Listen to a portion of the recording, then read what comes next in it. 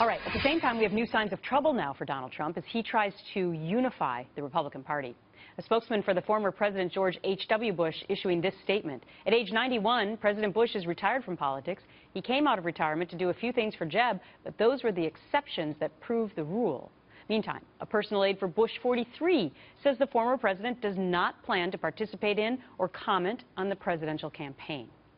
Let's get some real talk with Marc Thiessen, fellow at the American Enterprise Institute, Washington Post columnist, former speechwriter for President George W. Bush, and a Fox News contributor. So since you had this association with the Bushes, Mark, are you surprised it's not common at all for former presidents not to endorse the Republican nominee? Are you surprised?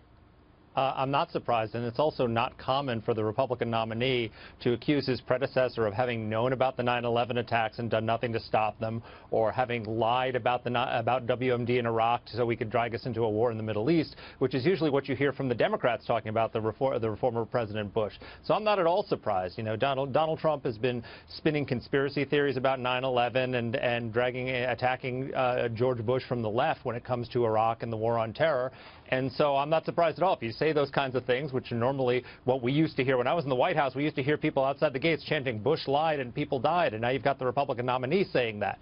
So you're not going to get the Bush endorsement if you say those kinds of things. All right. It's interesting because I think from the Trump side, they would say, well, we're trying to appeal to more of the independent vote and actually try and pick away some of the votes from Hillary Clinton on the Democratic side. So who knows what the strategy is, but he will not be getting the endorsement of the Bushes. I want you to take a look also now, Mark, at this quote from somebody who used to also work with the Bushes, Elliot Cohen. He worked for both of them. Here's what he says. It's time for a third candidate, and probably for a third party. Even if a third candidacy still yielded a Clinton victory, it would be worthwhile. Really? Yeah, no, I'm not down with that. I mean, first of all, who is the candidate? And second of all, what is the path to victory? Let's assume for a second that and a lot of people I know who I respect a lot are talking about a third-party run of some kind. But let's say they find a sacrificial lamb who's willing to go forward and do this. And let's say they overcome all the logistical hurdles and find a way to get that person on the ballot in all 50 states.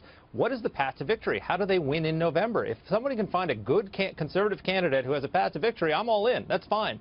But if you don't have a path to victory, then all you're doing is ensuring the victory of Hillary Clinton, and you're making yourself feel better. You say, Elliot says, we'll have clean conservative consciences. No, we won't. Because you're voting for Hillary Clinton effectively. That's what your vote does. Yeah. So there's no clean conscience by voting for a third-party candidate. And it's fascinating because, of course, Donald Trump originally sort of played with the idea that he would run as the independent, and everyone said, well, that will give Hillary Clinton the victory. And now it's totally flipped on the other side because he's going to be the Republican nominee. I want to get your thoughts, though, on this.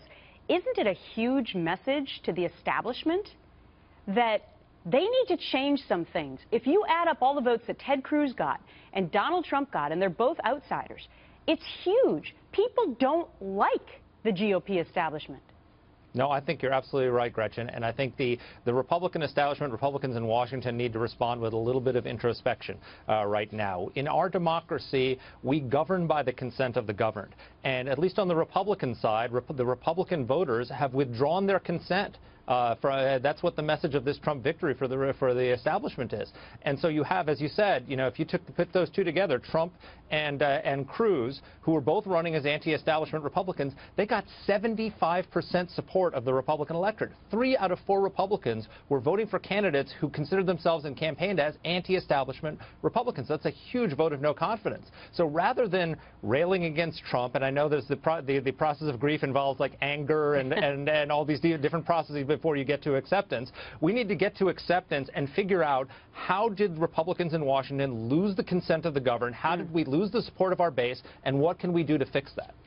That would take looking in the mirror for some, and that's sometimes hard to do. We'll have to wait and see if it happens. Excellent analysis, Mark. Thank you. Thank you, Gretchen.